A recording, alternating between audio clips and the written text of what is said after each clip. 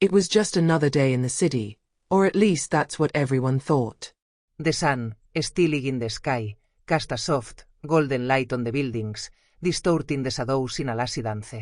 The air was heavy, filled with summer heat, and the sounds of the city seemed almost familiar and comforting.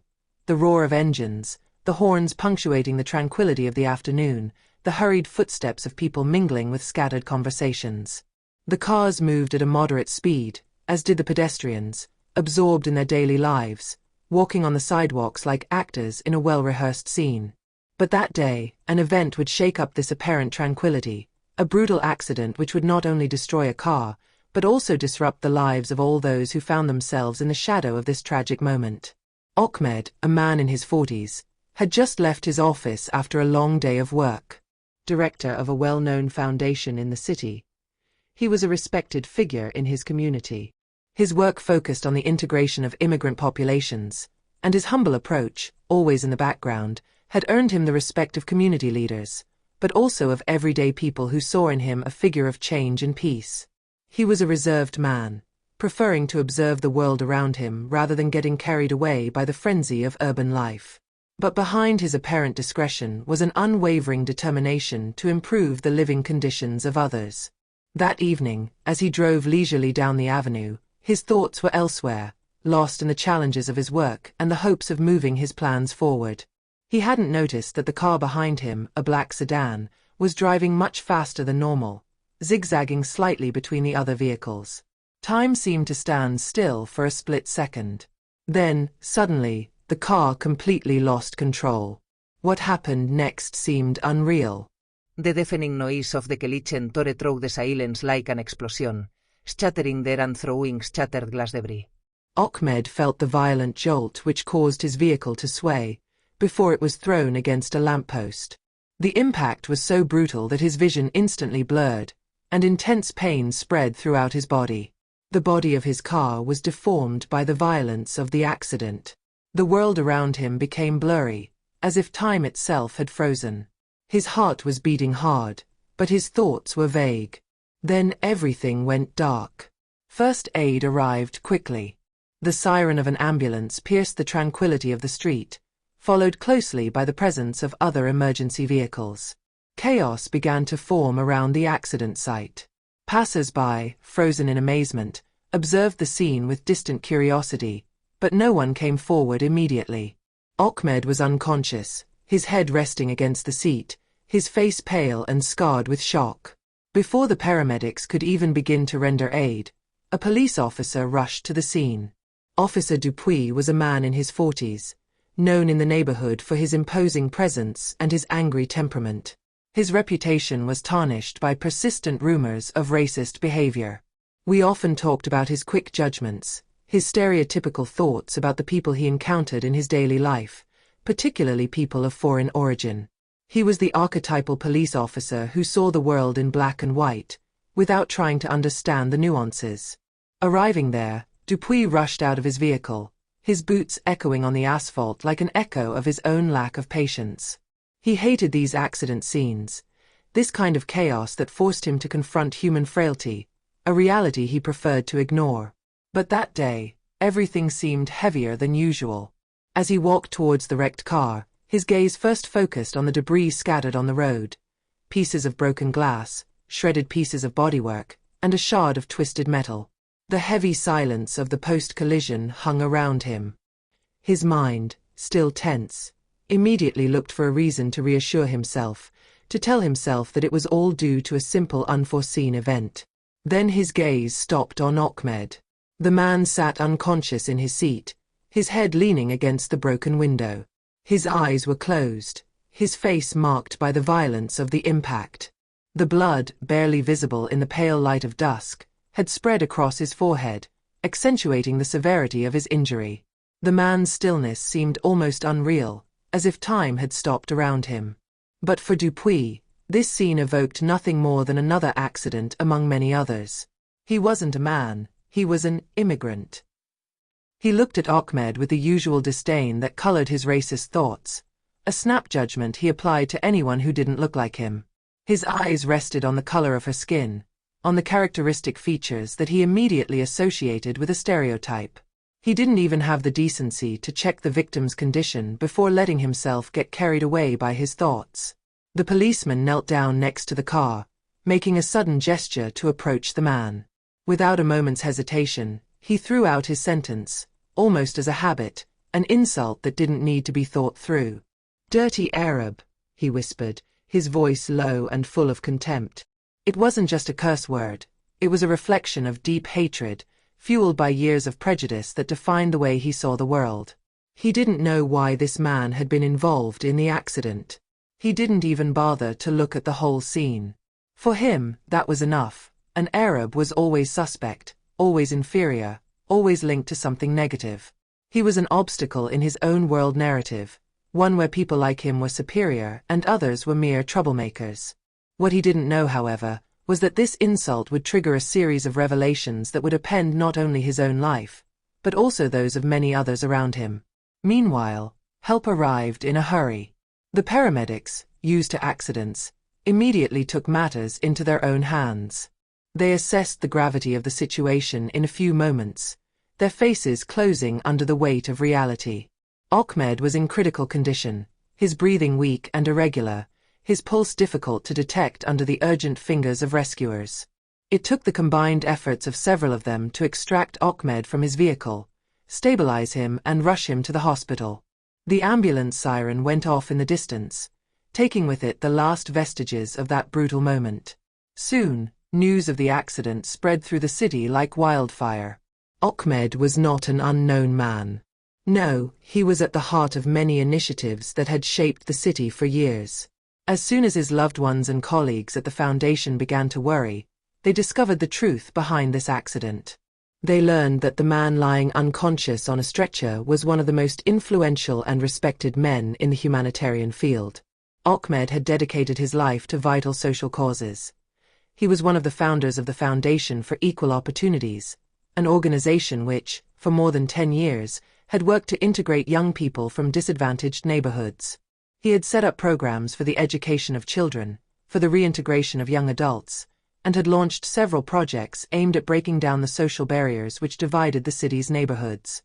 His reputation, although discreet, was immense. Ahmed was not a man who sought fame or attention. He often stood back, letting his actions speak for him. But behind this silence, his work had transformed lives.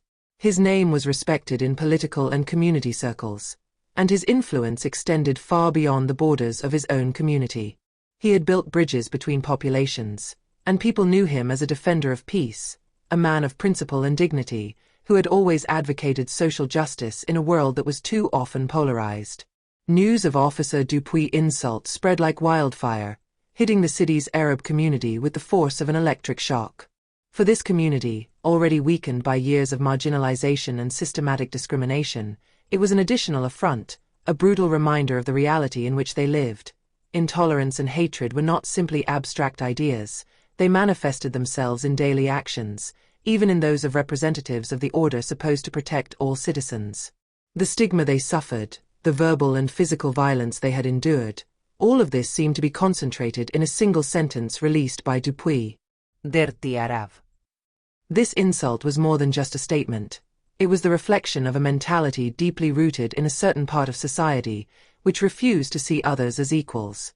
But it was not only the Arab community that reacted. As the hours passed, voices were heard from everywhere, among citizens from all walks of life. Civil rights activists, young people from working-class neighborhoods, intellectuals, and even members of the political class began to denounce Dupuy's racist attitude. It was no longer simply a matter of an insult being thrown at an unconscious man on the side of the road. What the incident highlighted went well beyond that.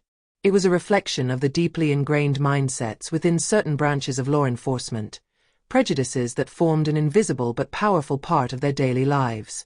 The question that arose was no longer just that of the individual, but of the institution itself.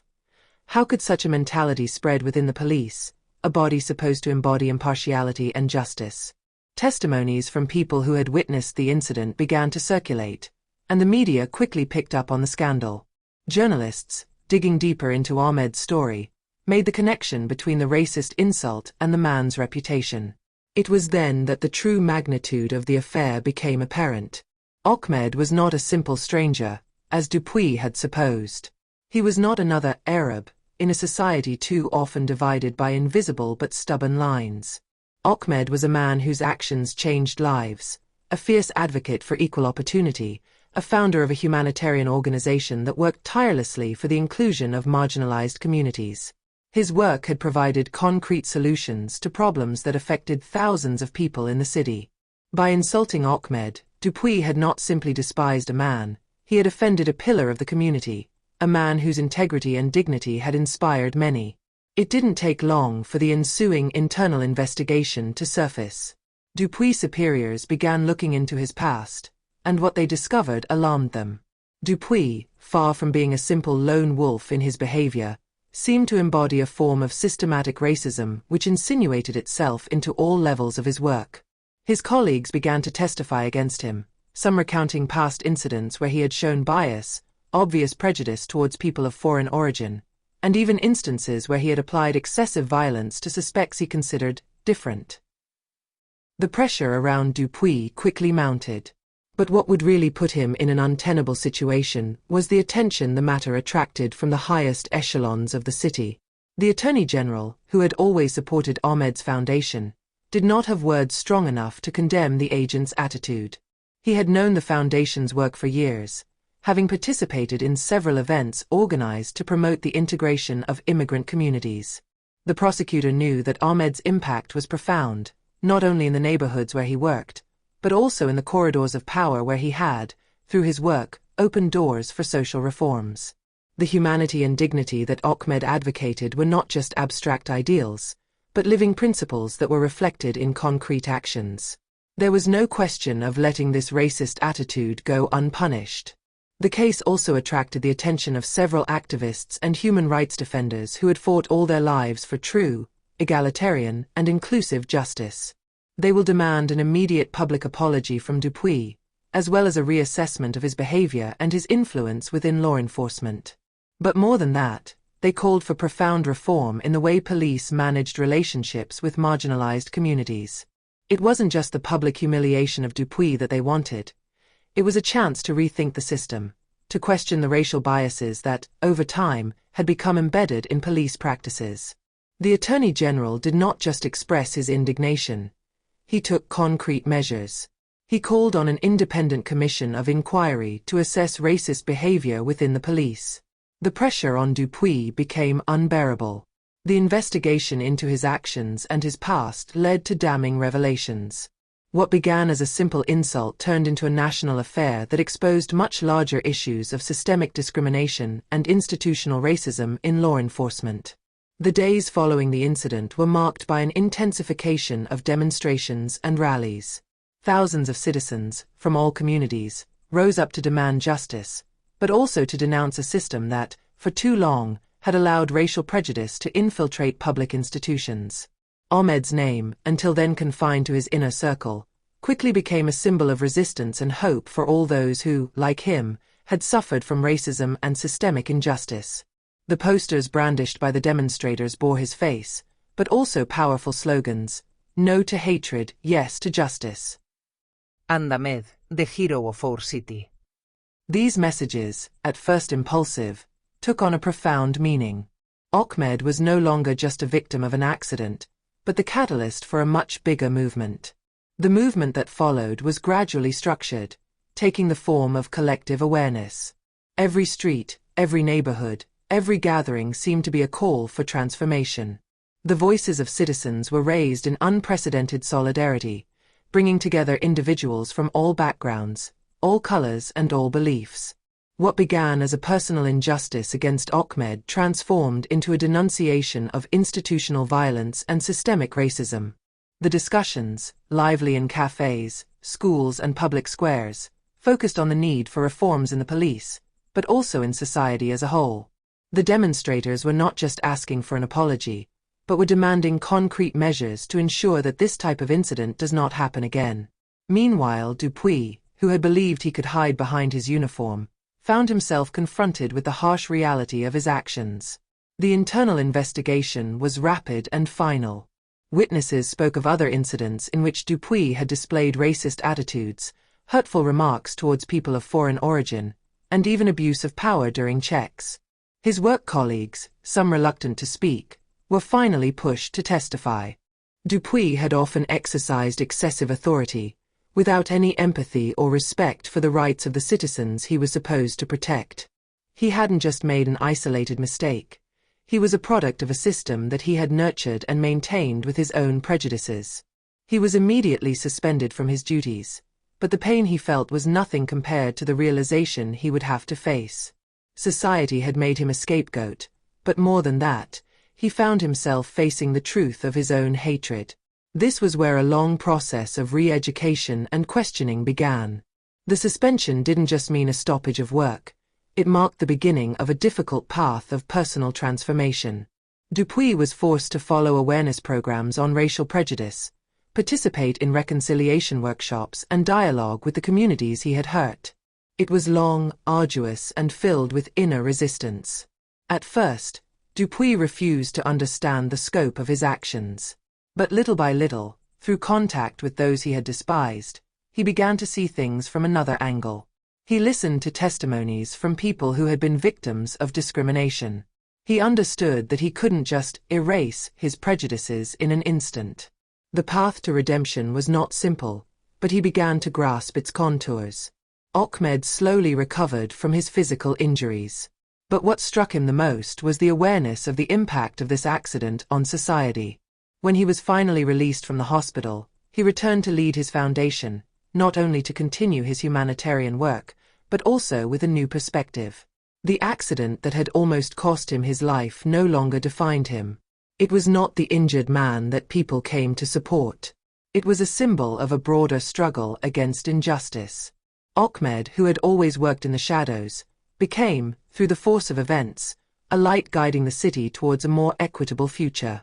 The impact of his commitment went far beyond his simple presence. His actions, his vision of a fairer and more inclusive world, resonated louder than ever. The suffering he had experienced served as a springboard for collective awareness.